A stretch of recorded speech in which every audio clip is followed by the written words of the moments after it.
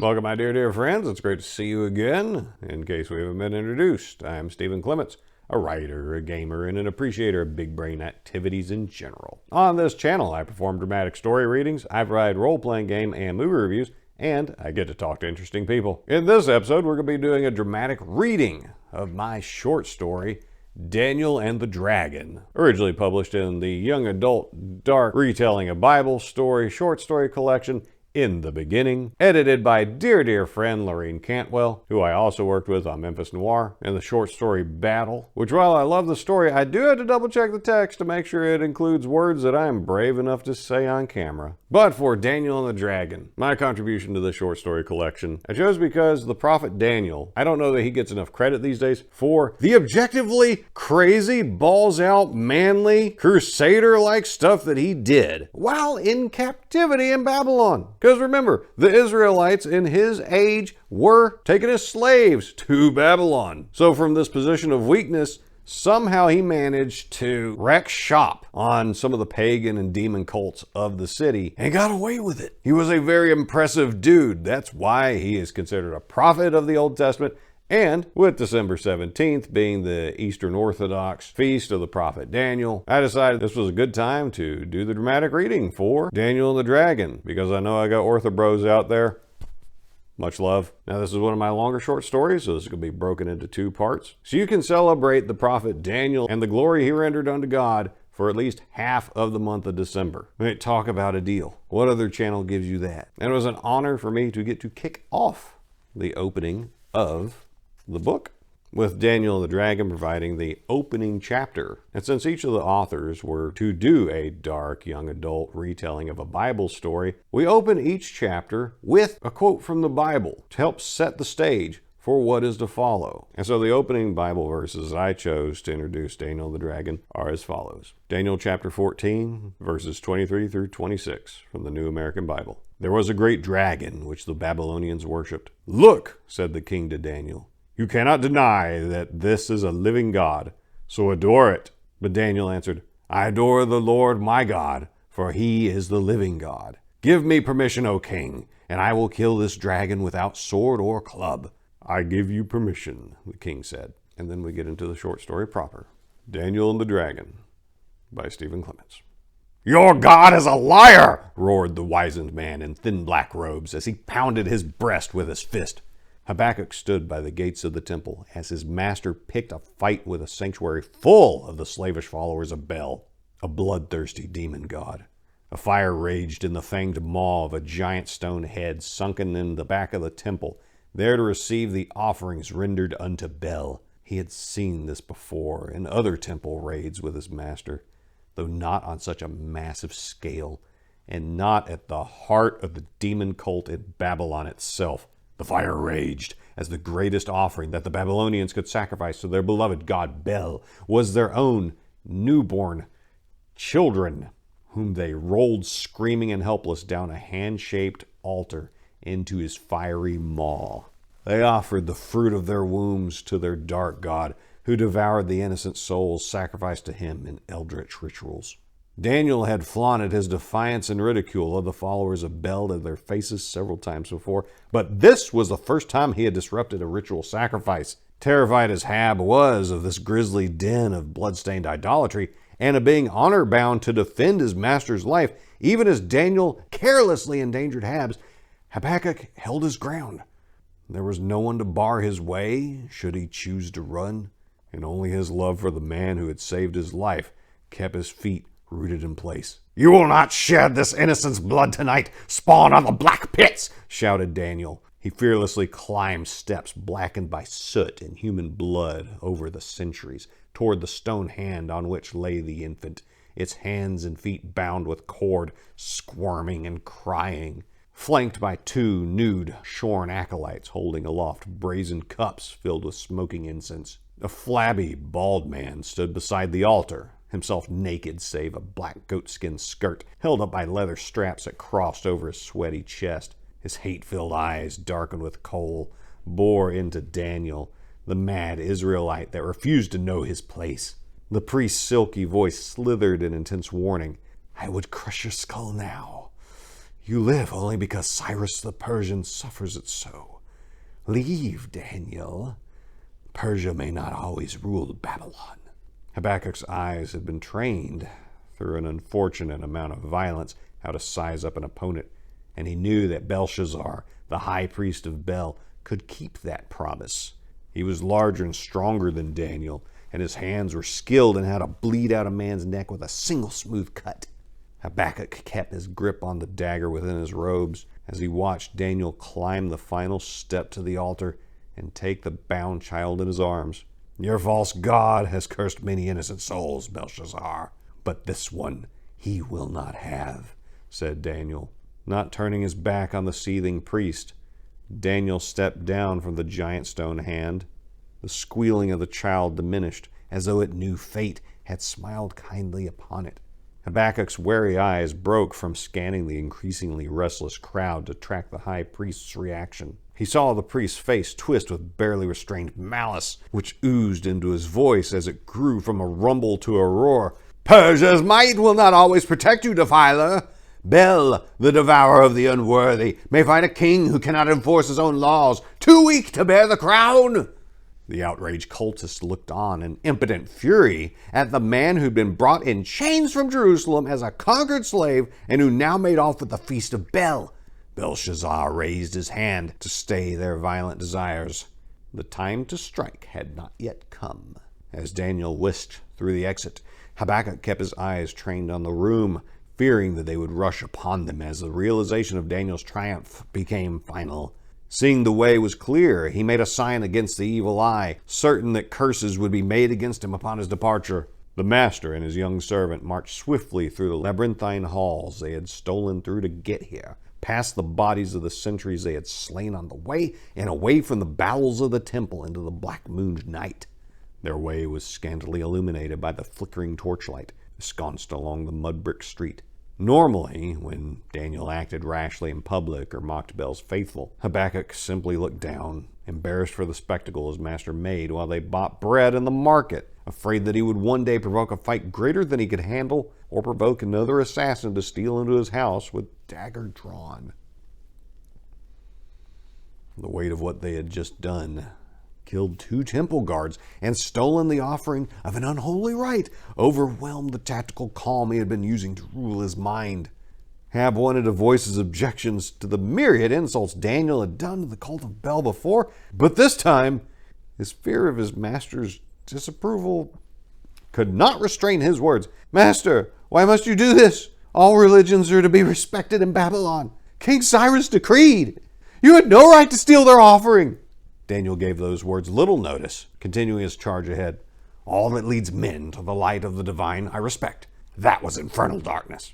Hab persisted. His body started shaking with unspent adrenaline. Master, we are not the lords of this land. Our people are slaves while Bel's priests rule. They just want to live in peace, as did Hab, who kept that thought to himself. Our people have a true God on our side. We need have no fear of Bel or his servants. Desperation entered his voice and unwitting tears entered his eyes as Hab said, We could have been killed in there. That's what Bel's chosen people do. They kill people. They eat their flesh and feed their souls to hell. This isn't some lone necromancer or isolated witch. We have committed a high crime against them now. Do you realize what you've done? Hab was more terrified than he had ever been before. Tonight's deed couldn't be undone, and the high priest's wrath could be no less horrid than his foul gods. Daniel stopped and turned to face Hab. Hab, this child is worth our lives. The Lord spoke to me last night in a dream that this day one innocent life would be saved, he said, holding the infant toward Hab. And it has come to pass. The Lord promised me our safety as we did his bidding, he said with fervent eyes. Tears streamed down Hab's face. He never again wanted to be as close to death as he had been when he'd first met Daniel, and he knew that as long as he stayed with the man to whom he owed his life, that dark specter would never be far away. That night, Hab tossed and turned. His tortured dreams make his mind a wasteland of unbelievable nightmares sown from his waking reality. where those horrors lived and breathed. A young man of 15 years, he was just beginning to grow his first wisps of beard and had already experienced a lifetime of terrors. His earliest memories were hazy. Blurs of sand, the open sky, and a woman who may have been his mother. She was very young. He saw it again as his mind turned in on itself. From between wooden slats, he saw burning tents, blood spilled on the sand, and raiders looting the meager possessions. They did not spare his life. The putrid stench of the filth vat he hid in was so strong as to convince him nothing therein was worth having. Hab was only 5 summers old then. He couldn't remember how he got in the vat. He stayed there because he was scared, coming out a day later when a kind man gently coaxed him out. The only answer Hab ever knew as to how he had been found by the man was simply, God willed it. The man who saved him from a rotting death in the desert was Daniel, who the captive Israelites in Babylon said spoke with their God. Daniel became a man of power and wealth in Babylon, the chief of cities, and enjoyed the favor of kings thanks to his miraculous gift for reading dreams and seeing the future. A bachelor, Daniel had no family to call his own. He had a few slaves he treated well, plus Hab. From fire in the desert, his dreams turned again. This time he felt almost crushed by the press of bodies in the city's lone synagogue. Daniel had used his favor with the king to build a house of worship for his people, but the stench of human filth and animal blood was strong, nauseating, as regular bathing was too expensive of a luxury for the captive Israelites, and the synagogue was a site of ritual animal sacrifice. Combined with the heat, Hab's stomach knotted, but also with shame. He was surrounded by people who looked down on him for being an orphan, for never having been adopted by his master. His dreaming mind felt a cold wind that seemed to bring welcome relief, but it brought a darkness with it. He was back in the mountain fastness where a den of horrors dwelt. He was 10 summers old, and Daniel had sent him to infiltrate the lair of a conjurer who made pacts with devils and brought the dead back to a horrible form of unlife. Hab had to crawl through a cleft in the rock to unbar the gate leading inside, Daniel being too large to fit. Down the shaft, Hab had crawled until he stood by the gate leading out, alone, knife out and bloodied, shivering over the dismembered form of one of the demon-possessed corpses. That expedition had been one of many Daniel made Hab go on, for Daniel sought out the demon cults that thrived between the rivers Tigris and Euphrates. He learned their deepest, most blasphemous secrets, secrets already old when Cain's city was swallowed by the flood, and destroyed them, sometimes through persuasion, sometimes through unbridled violence.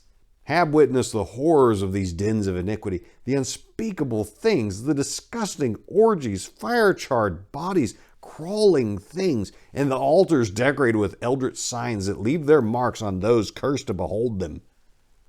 As the unforgivable memories swirled in his tortured nightmare, a carved, many-mouthed thing opened its slitted cyclopean eye, and he knew damnation would claim his soul if he saw it.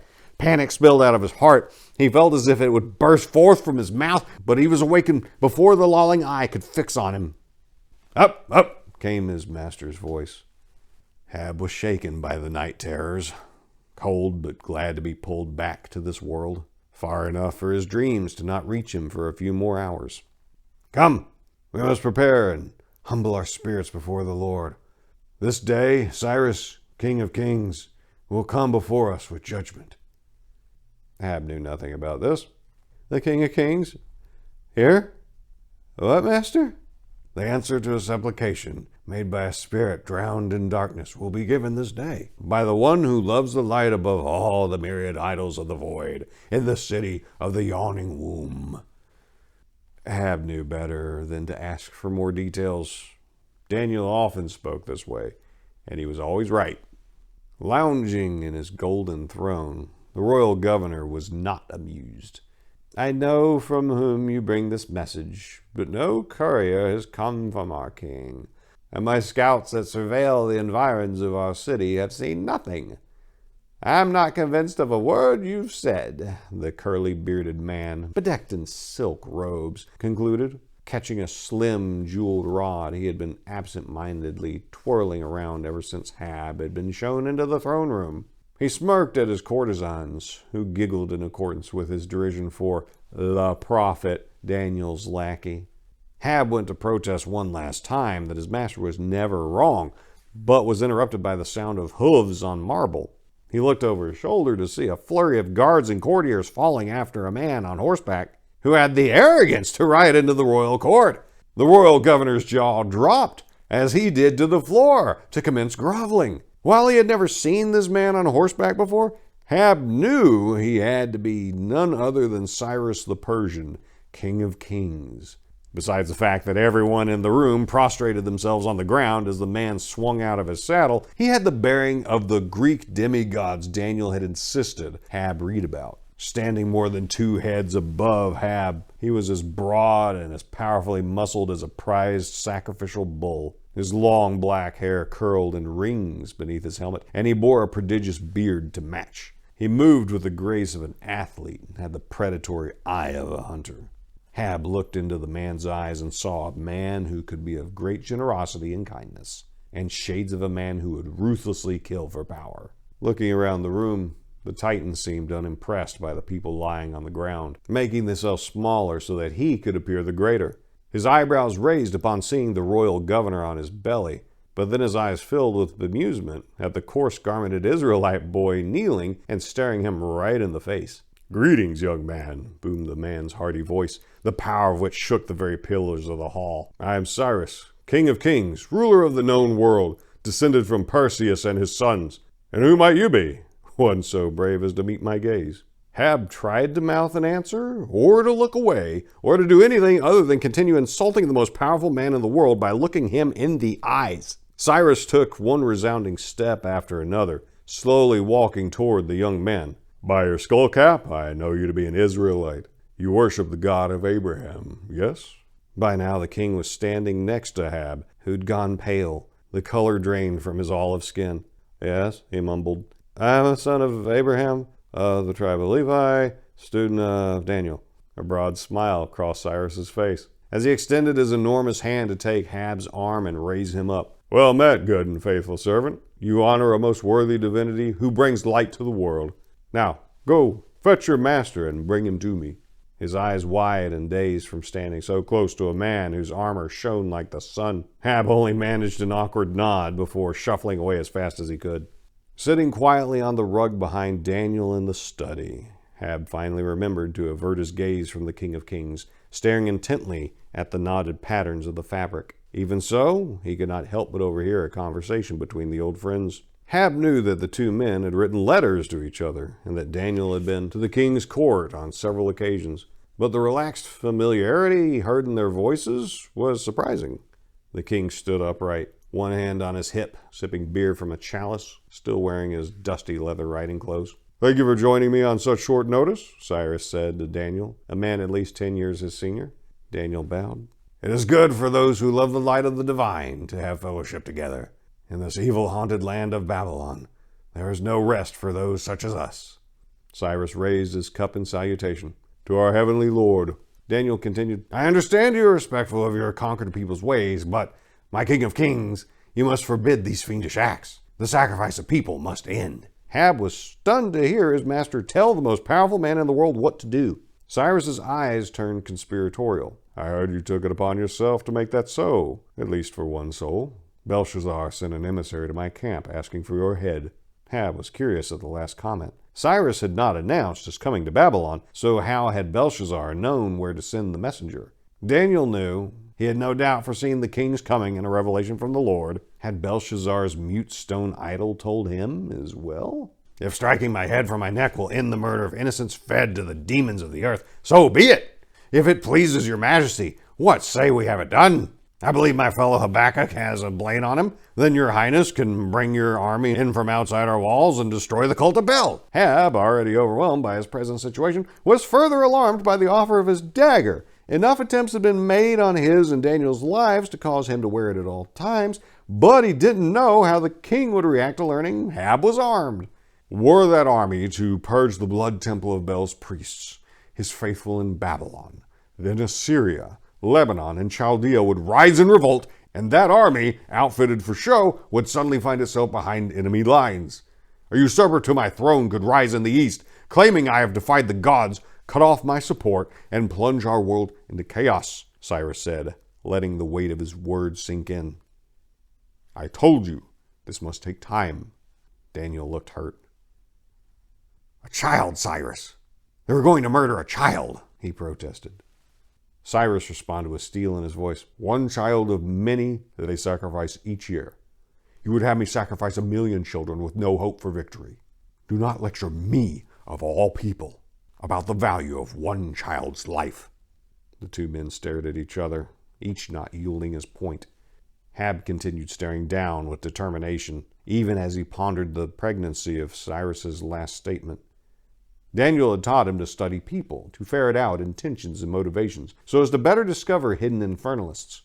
He had heard a buried pain in Cyrus's voice. Cyrus spoke first, his tone lifting to a more detached and personal air. "As high priest of Bel and leader of his faithful in my empire, I must grant Belshazzar a hearing. When I hold court, the door will be open for all to ask me for judgment of grievances, and he will come. He has the right to petition his king for justice against the man who desecrated his temple." Daniel said nothing.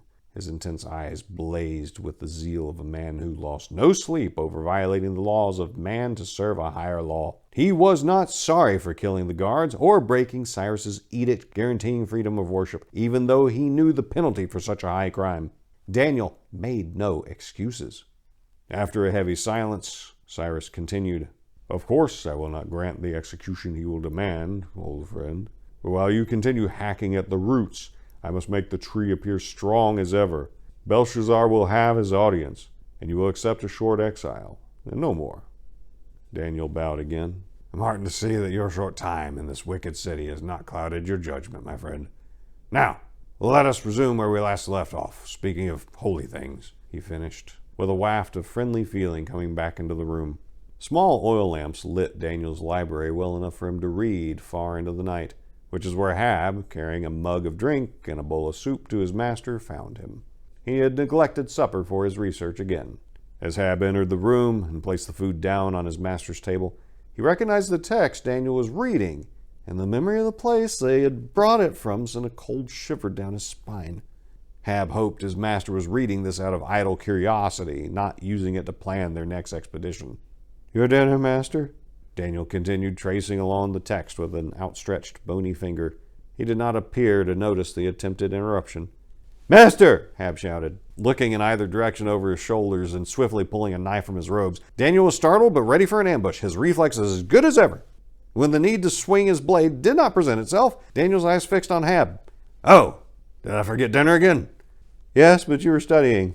And, as you taught me, studying is never a bad substitute for some base needs, even one as important as not starving," Hab said in jest. Daniel smiled and reached out for the food. "Barley soup again? I thought this was the night for lamb stew." Hab remained standing until Daniel noticed that he was hovering there, and the older man motioned for him to sit. Relaxing, Hab explained, "I did not have time to go to market, as I was required at King Cyrus's court until just after nightfall." Daniel smiled. "Ah, so it was. What did you think of Cyrus the Persian?" "I did not know my eyes could behold such a glory. Even covered in dusted sand, the blessing of the Lord was clearly upon him. It was as though one of the great statues of the gods had come to life and was kind to me." Daniel replied, "He thought well of you. When he rode into court and all the Babylonians and Persians fell on their stomachs to humble themselves before him, you knelt like one of his cavalry squires, ready for whatever was to come. He was quite amused, my young student." As Daniel began spooning up his dinner, Hab asked, "When you spoke with the king, you spoke of many things, and of much that I do not know. May I ask you about them?" Daniel smiled, bemused that the boy to whom he had taught so much for so long would still be so hesitant to ask questions. "Of course, Hab. I suspected that you would not be familiar with many of the things of which we spoke. Cyrus is..." Daniel hesitated, searching for the right words to answer the question without revealing more than was prudent to his student. "A profound initiate into many orders of mysteries. To keep the peace between the many nations over which he rules, he accepted initiation into many of their religious rites, so that he may be their fellow believer in addition to their king. He has deep knowledge of the myriad ways in which man has sought out, found, and lost knowledge of the hidden mysteries of the world. But he is most wise. He has found the light of our Lord to be the true light for which all men should seek. He has been a dedicated student." This engendered a question Hab had not anticipated asking. Why would a Gentile, a Persian, be taught our ways? Was that even allowed? The rabbis say no, but the Lord told me a great prince of the East would ride after the light of the sun with a strong heart, and his glittering crown would reflect that light as he rode across the face of the earth. I felt my answer to his request for instruction had to be yes. Cyrus calls our Lord by different names, such as the Divine, Heavenly Father, and other high and noble honorifics. I know that in his heart he worships the same God we do. His surprise abated, Hab recalled his more serious question. Why did the king rebuke you over the worth of one child's life? Daniel set his bowl down, his face pensive. After staring off for a moment, he looked Hab in the eyes. Cyrus's first son. He was a fine young man, perhaps 8 summers old when he died. My friend lost him in a terrible way. Cyrus feels that loss still. I'm saddened for the king, Hab said, crestfallen to hear of King Cyrus's loss. While Hab had only just met the king, Cyrus walked with grace and ease. It was hard to imagine someone so seemingly perfect could suffer as common people do. Hab realized there must be shadows on even the brightest day. So why does it seem that the king is helping you against the cult of Bel? He did not ask you to justify what we did, nor for your repentance, nor anything of the sort. He was informed of your crime against Belshazzar's infernal temple, and yet tries to protect you. He would surely kill another man for the same crime.